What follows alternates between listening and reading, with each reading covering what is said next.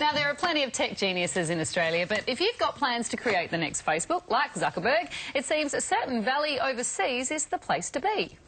Silicon Valley is the biggest technology hub in the world, home to Google, Facebook, Twitter, Apple. Almost half of all tech venture capital investments in the world flow through here. Anyone that works in technology, you're going to go to the Mecca, which is in Silicon Valley, just like anyone that works in entertainment is going to go to Hollywood. There are about 10,000 Aussies working in the tech industry in the San Francisco Bay Area.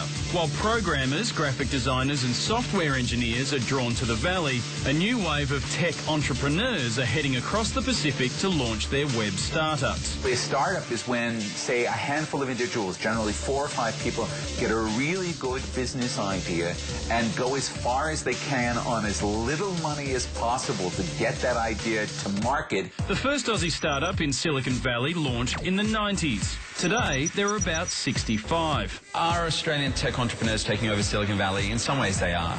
What's really sort of obvious is how many of them have been successful in recent years. Last year, startups in Australia raised just $120 million from investors, while in Silicon Valley, 3 Aussie startups alone raised $160 million. Patrick Llewellyn from 99designs is one of those 3 success stories.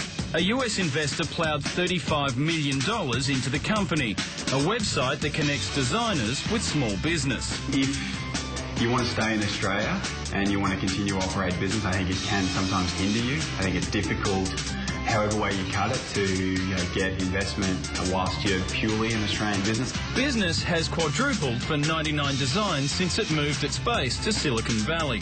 And Patrick says being an Aussie is definitely an advantage. And I think there's a real affinity between Americans and Australians, just generally. We like them, they like us, so that's a good place to start. The Aussie brand is just one of the most powerful brands in America. Like, I've seen Aussie shampoo and it's got no connection to Australia, but people love Aussie, so they want to buy the shampoo. Elia Bazanis is a serial entrepreneur.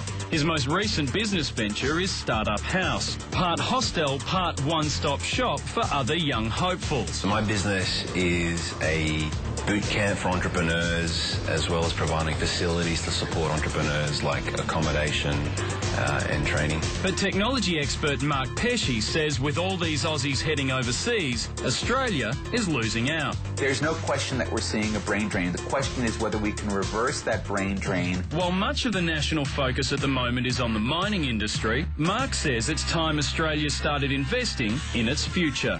If we have wealthy people in America who are smart enough to invest in startups, why don't we have smart people who are wealthy in Australia investing in startups here? Even though I do plan to come back one day, it's the things I've learned, the jobs I've had, the people I've met could not have ever happened in Australia. It feels like because they're tech jobs that you should be able to do it anywhere, that we should have a thriving tech industry here in Australia. There's no reason not to. Well, I think there's a scale issue. I think when you start up, when you do a startup in Australia, you're reaching a maximum 20 million, 22 million. In America, you got 250 million. And there's much more money in America to invest. They're bigger risk takers than we are, and the scale is much larger. No, I want to get involved. I want to invest in a startup. Contact me. We're going to take a break. We'll be back in a sec.